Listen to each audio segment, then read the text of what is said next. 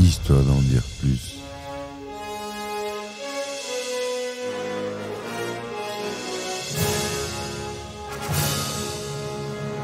Eh ben attendez, on est en France. Allez, cul sec. Hop.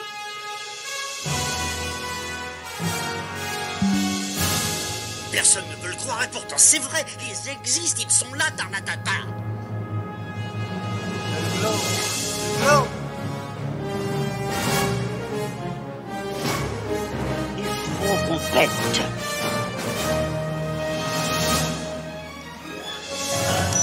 Voyons, circuit branché, convecteur temporel temporisé. Bonjour, bienvenue sur Histoire d'en dire plus. Aujourd'hui, on est sur un format court. C'est le dernier épisode avant les vacances. Je ferai quelques épisodes par-ci, par-là. Mais on reprendra à la rentrée.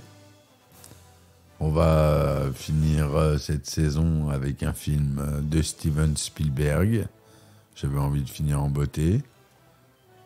Un film pas très connu de lui, pourtant avec une distribution magistrale. C'est Hook, Capitaine Crochet. C'est parti mon kiki. Alors Hook, ou La revanche du Capitaine Crochet, en français, et Hook en anglais, ou Capitaine Crochet au Québec, et au Nouveau-Brunswick, est un film fantastique américain réalisé par Steven Spielberg, sorti en 1991. Il est inspiré de l'œuvre de J.M. Barrie, Peter Pan, réunissant Dustin Hoffman, Robin Williams, Julia Roberts et Bob Hoskins. Le scénario montre un Peter Pan adulte, devenu un avocat d'affaires marié et père de 2 enfants, mais ayant occulté son passé jusqu'au jour où le capitaine Crochet réapparaît et enlève ses enfants. Bien qu'ayant reçu des critiques assez mitigées au moment de sa sortie, le film fut un succès auprès du public, rapportant plus de 300 millions de dollars dans le monde entier pour un budget de 70 millions. Ça restait Steven Spielberg, il n'a jamais fait d'échec jusque-là. Et remportant plusieurs prix ainsi que 5 nominations aux Oscars. Les chanteurs Phil Collins et David Crosby ont chacun un petit rôle dans le film.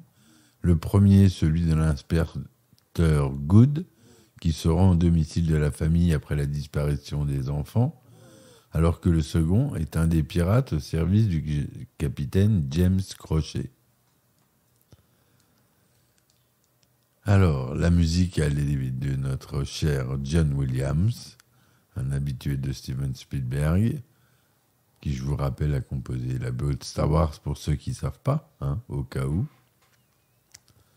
Au scénario, on a James Van Hart, Malia Scott-Marmo et Nick Castle.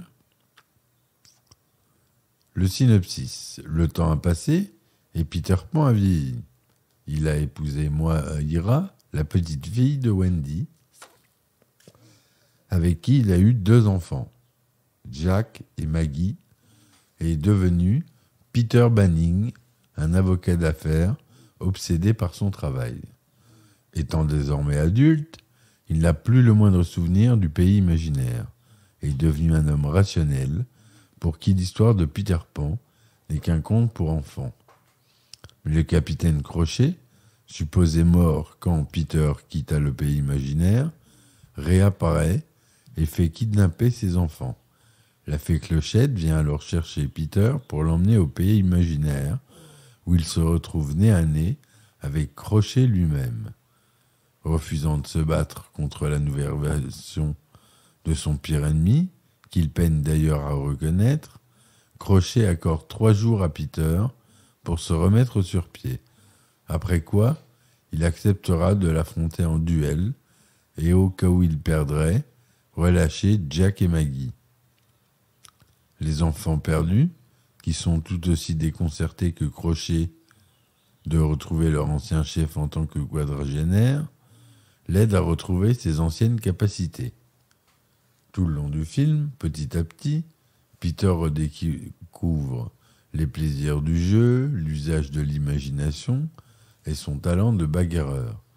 Il éprouve cependant des difficultés à évoquer un souvenir suffisamment heureux pour lui permettre de voler.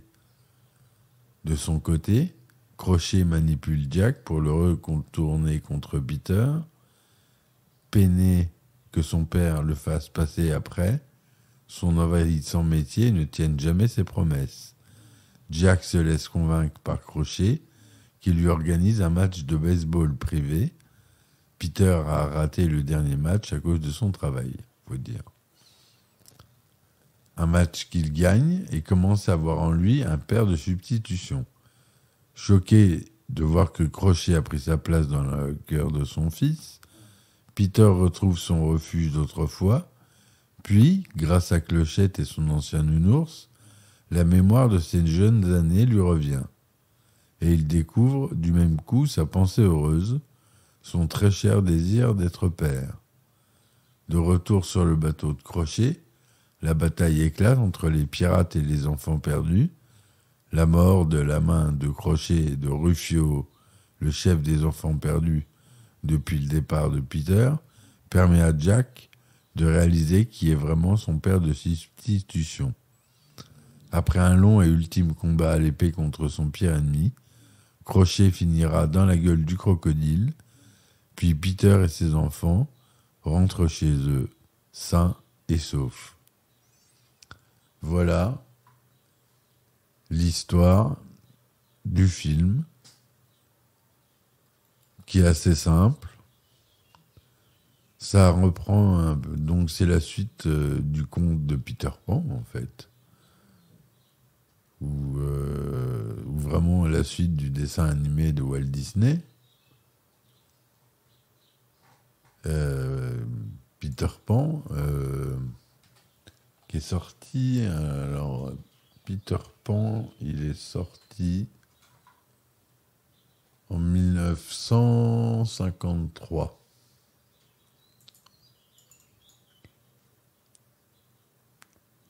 Voilà, oui, c'est le 14e classique d'animation. J'avais pas fait ma recherche sur Peter Pan.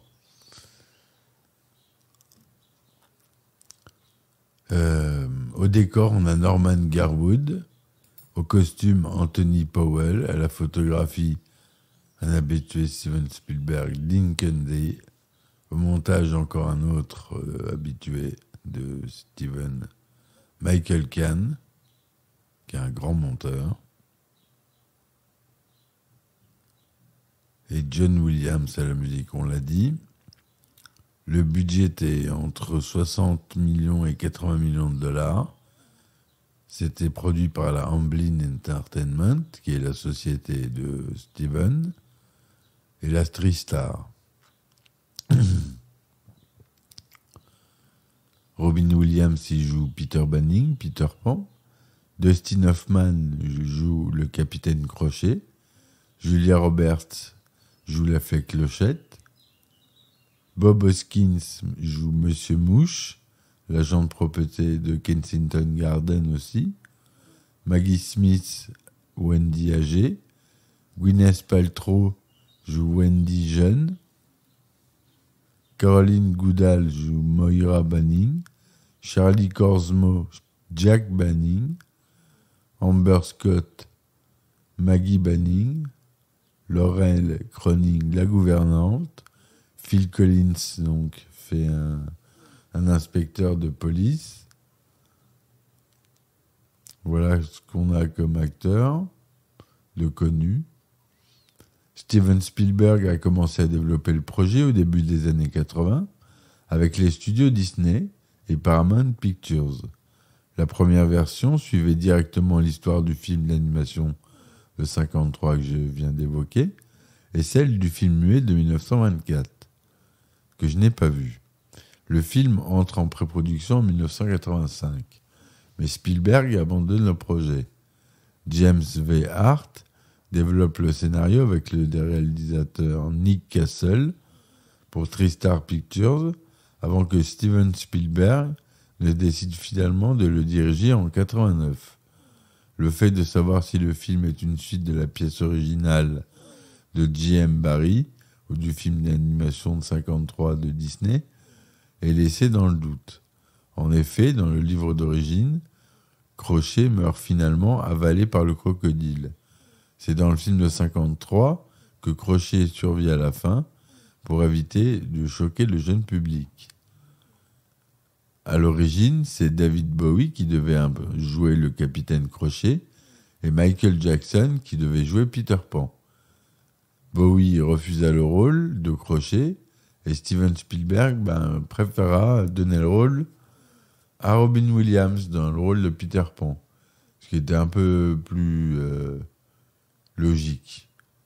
Je voyais mal Michael Jackson en Peter Pan, même s'il avait un peu l'esprit et qu'il rêvait de le faire. C'était, à mon avis, c'était un rêve pour lui de le faire. On a toujours connu cet attrait qu'il avait pour Peter Pan et ce monde qui s'est construit autour de lui, Michael. Donc je pense qu'il a été déçu de ce refus de Spielberg, ce qui n'a pas empêché ensuite de travailler ensemble. Hein. Mais c'était une de leurs... comme c'est sorti en 91, je crois que c'est un des derniers travaux qu'ils ont failli faire ensemble. Hook. Alors, à l'origine, c'est David Bowie, mais ça on l'a dit. Gwyneth Paltrow tient le rôle de Wendy dans le flashback. Phil Collins apparaît brièvement en tant qu'inspecteur Good qui se rend chez les Banning lorsque Jack et Maggie se font enlever. Glenn Close joue furtivement un pirate se faisant punir par le capitaine Crochet. Les enfants de Dustin Hoffman apparaissent dans le film. Max Hoffman joue Peter Pan âgé de 5 ans. Rebecca Hoffman est Jane dans la pièce de théâtre de l'école. Et Jake Hoffman est un joueur de baseball dans le match de Jack Banning. Hook a été tourné entièrement sur les plateaux de la Sony Pictures Studio à Culver City, en Californie. Lorsque Peter embrasse Moira pour la première fois, on peut voir une affiche des Beatles au-dessus du lit, A Hard Day's Night, et leur visage sur le coussin sur lequel Peter pose sa main. Au début du film, lorsque Peter est dans le bateau de pirates, Monsieur Mouche prend un porte-voix et crie « Good morning, pays imaginaire », référence évidente au film de Williams « Good Morning Vietnam », dans lequel Williams tenait le rôle de disc-jockey, Adrian Cranauer, commençant son émission en prononçant les mêmes mots. Dans la scène de fin du film, en version originale, Tootles crie au moment de s'envoler « Seize the Day », référence à la réplique culte de Robin Williams dans le film Le Cercle des Poètes Disparus. Et oui, il y a toujours des clins d'œil et des easter eggs cachés dans les films. Donc on l'a dit, c'est John Williams qui a composé la bande originale du film, comme dans la majorité des films de Spielberg, on l'a dit. Leslie Bricusse a quant à lui écrit les paroles des chansons We Don't Wanna Grow Up and When We're Here Alone, puisque John Williams n'est pas un compositeur de chansons. Il y a quelques faux raccords dans le film. Lorsque Peter sort sa montre spéciale pour la confier à Jack, le cadran indique 19h42, alors qu'au changement de plan, il indique 19h55. Lorsque Clochette tire sur le tapis pour faire voltiger Peter, en lui faisant faire une pirouette, on peut apercevoir que le cascadeur doublant Robin Williams saute juste avant que le tapis soit tiré. De plus, lorsque Peter tombe par terre, il atterrit à côté du drap et du sac rose, alors que sur le gros plan qui suit, ces mêmes objets apparaissent autour de la tête de Peter. Sur le premier plan large où on aperçoit le bateau du capitaine Crochet, la caméra se trouve face à la toile, puis en descend. Puis ça révèle ainsi tout le décor de la scène. On peut apercevoir un échafaudage sur le haut, en arrière-plan. Il y a un projecteur brillant contre le côté droit de l'épée du squelette ornant la proue, et on peut voir les techniciens se déplaçant sur l'échafaudage. Lors de la première apparition du capitaine, on peut vaguement apercevoir la caméra dans le reflet de son crochet. Quand Peter met le pied dans une liane qui le tire aussitôt en l'air, il met le pied du gauche alors que sur le pion suivant, il est tiré par le pied droit. Quand les enfants perdus lancent des flèches sur Peter, celui-ci s'en prend 3 en pleine poitrine, puis se les prend à nouveau sur le plan suivant. Au moment où Crochet sort un pistolet pour faire une nouvelle tentative de suicide, il a sa longue veste rouge sur les épaules. À partir du moment où il place l'arme contre le côté du front, sa veste a disparu de ses épaules. Après avoir perdu le jeu des grossièretés face à Peter, Rufio boude debout contre un rocher. Au moment où les enfants perdus déclenchent une bagarre de nourriture, Rufio apparaît aussi sur les plans larges. Peu après, il s'avance pour saisir une noix de coco, alors que sur le plan large qui suit, il est toujours assis, puis au changement de plan, il est de nouveau debout et s'apprête à lancer la noix de coco sur Peter. Comme pour sa première scène avec Peter, la même montre spéciale change brusquement de minute au fil des plans lorsque le tic-tac fait titiller la moustache du capitaine Crochet. Elle indique tour à tour 6h34, 6h42, 6h39 et 6h28. D'où les faux raccords. Et le moment où Peter se prend la balle de baseball, frappée par Jack, il s'écroule sur de l'herbe, et au changement de plan, il apparaît couché sur un rocher.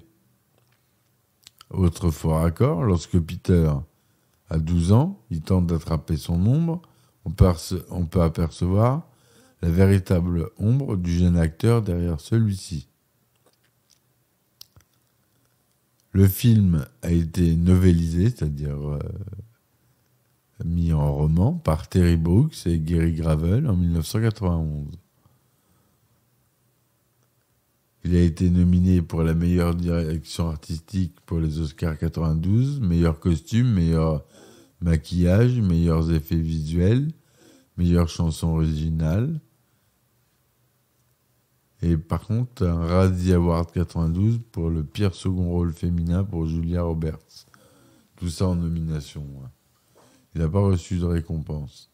C'est un peu le canard boiteux de chez Spielberg. Les critiques sont pas tendres avec ce film. C'est pas le meilleur film de Spielberg, mais ça reste un bon moment de divertissement à voir avec ses enfants. Vous pouvez leur proposer. Il n'y a pas de violence. C'est du Spielberg, donc c'est quand même bien fait. Il y a des grands acteurs. Notre regretté Robin Williams, qui joue là un très bon rôle, qui lui va comme un gant. D'où le choix de Steven, qui était très judicieux. Donc voilà.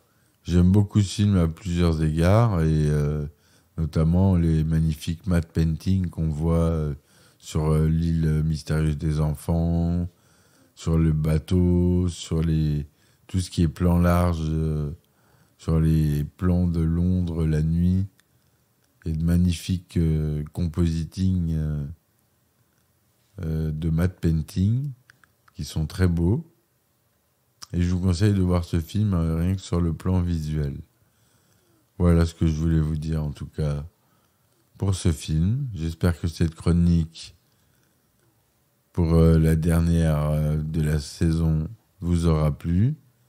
Je vous dis merci et n'hésitez pas à réécouter les anciennes chroniques que vous n'auriez pas écoutées. Il y en a plus de 300 maintenant. On doit être au 316, je crois, ou 317e épisode. N'hésitez pas à réécouter. Je ferai quelques épisodes surprises pendant l'été.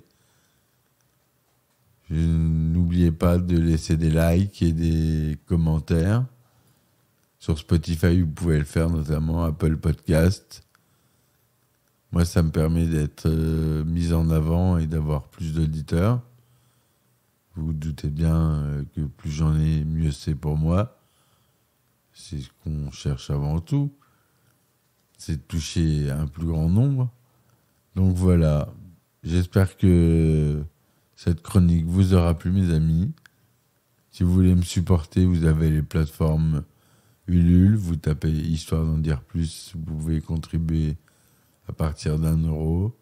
J'offre des contreparties comme des mugs, des sweatshirts, des t-shirts. Vous serez cité à l'antenne de mes podcasts. C'est selon votre envie. Merci de m'avoir écouté. À très vite et ciao ciao. Histoire d'en dire plus.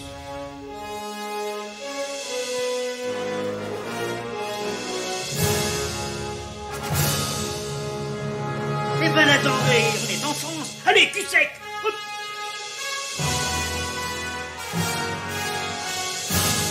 Personne ne peut le croire et pourtant c'est vrai, ils existent, ils sont là, Tarnatata. Non. Il faut qu'on pète.